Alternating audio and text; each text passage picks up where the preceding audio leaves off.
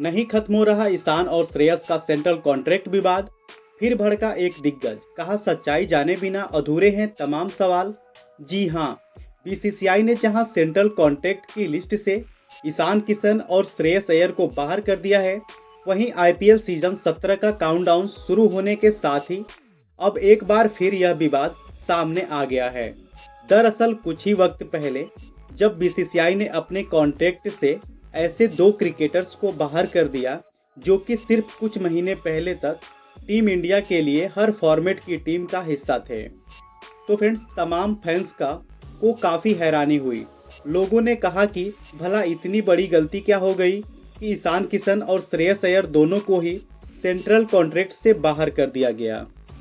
और तो और इन्हें कॉन्ट्रैक्ट से बाहर किया गया ही टीम इंडिया से भी इन्हें शर्मसार करते हुए शर्मिंदगी के साथ बाहर कर दिया गया।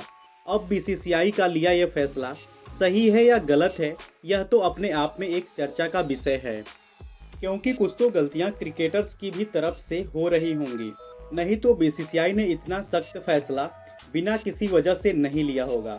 लेकिन अब टीम इंडिया से ही जुड़े एक बहुत बड़े दिग्गज क्रिकेटर ने टीम इंडिया के वर्ल्ड चैंपियन स्क्वाड का हिस्सा रहे क्रिकेटर ने कुछ सवाल उठा दिए हैं। और तो और इस क्रिकेटर ने खुद ईशान किशन और श्रेयस अय्यर दोनों से ही एक बड़ा सवाल भी पूछ लिया है। तो क्या है पूरा मामला, चलिए अपनी रिपोर्ट में मैं आपको बता देता हूँ।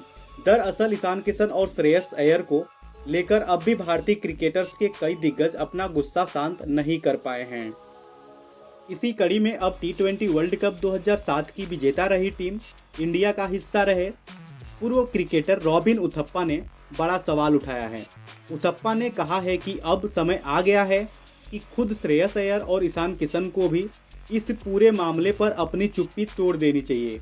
उथप्पा ने इन दोनों ही क्रिकेटर्स को राय दी है कि उन्हें खुद सच्चाई बतानी चाहिए, जिससे बोर्ड के साथ हुए कॉन्ट्रैक्ट विवाद के पीछे की सच्चाई भी सबके सामने आ जाए। एक इंटरव्यू में रॉबिन उथप्पा ने कहा है, मुझे लगता है कि हम एक व्यक्ति के रूप में और शायद आज के खुद की इन्हीं सवालों के जवाब जानना चाहता हूं। मैं भी उत्तर जानना चाहता हूं। मुझे यह भी जानकर अच्छा लगेगा कि सच्चाई क्या है। इसमें यह दो खिलाड़ी भी स्टेक होल्डर हैं और इनको भी सच्चाई पता है। इससे संलिप्त खिलाड़ी भी इसके जिम्मेदार हैं, वे इससे जुड़े हुए हैं। मुझे लगता है कि जब तक हम विशेष रूप से इन खिलाड़ियों से या विशेष रूप से सिलेक्टर से नहीं सुन लेते हैं, तब तक हम सब इस बारे में सिर्फ अटकलें ही लगाते रहेंगे। बीसीसीआई ने कुछ दिन पहले जब अपने सेंट्रल कॉन्ट्रैक्ट को जारी किया था, तब उस समय से लेकर अब तक यही चीज़ चर्चा का विषय बनी हुई है। ईशान किशन और श्रेयस अय्यर को कॉन्ट्रैक्ट लिस्ट में शामिल क्यों नहीं किया गया? रिपोर्ट्स की मानी जाए तो ऐसा शायद इसीलिए हुआ है क्योंकि इन दोनों ही खिलाड़ियों ने ट्रॉफी से दूरी बना ली थी। भारतीय टीम मैनेजमेंट से झूठ बोला था अपनी फिटनेस को लेकर, लगातार सच्चाई छिपाते रहे। लेकिन श्रेयस अय्यर बाद में रणजी ट्रॉफी के सेमीफाइनल के लिए खेलते हुए दिखाई दिए थे, लेकिन फिर भी वो क्वार्टर फाइनल नहीं खेले थे। दूसरी ओर ईशान किशन ने तो अपनी ही क्रिकेट एसोसिएशन को यह तक बताना जरूरी नहीं समझा कि वो सिलेक्शन के लिए उपलब्ध हैं या फिर नहीं। उथप्पा ने कहा, मुझे लगता है कि हम सब जितना चाहें उतना अनुमान लगा सकते हैं, लेकिन यह भी सच्चाई है कि रणजी ट्रॉफी का स्तर काफ़ी गिर गया है। बोर्ड की कोशिश है कि इंटरनेशनल प्लेयर्स की मदद से इसे और भी चैलेंजिंग बनाया जाए। अगर मैं इसे बड़े परिप्रेक्ष्य से देखूं तो घरेलू क्रिकेट खेला जाना चाहिए, लेकिन मेरा यह भी मानना है कि घरेलू क्रिकेट चुनौतीपूर्ण होनी चाहिए।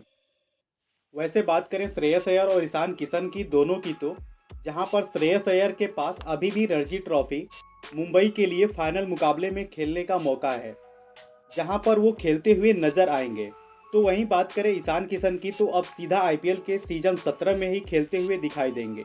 लेकिन अब बड़ी बात यह है कि जब आईपीएल सीजन 17 में चाहे वो श्रेयस अय्यर हो या फिर ईशान किशन हो, इनका सामना टीम इंडिया के अपने साथी क्रिकेटर के साथ होगा या फिर रोहित शर्मा जैसे सीनियर कप्तान के साथ होगा, तब इनकी मुलाकात कितनी असहज रहने वाली है।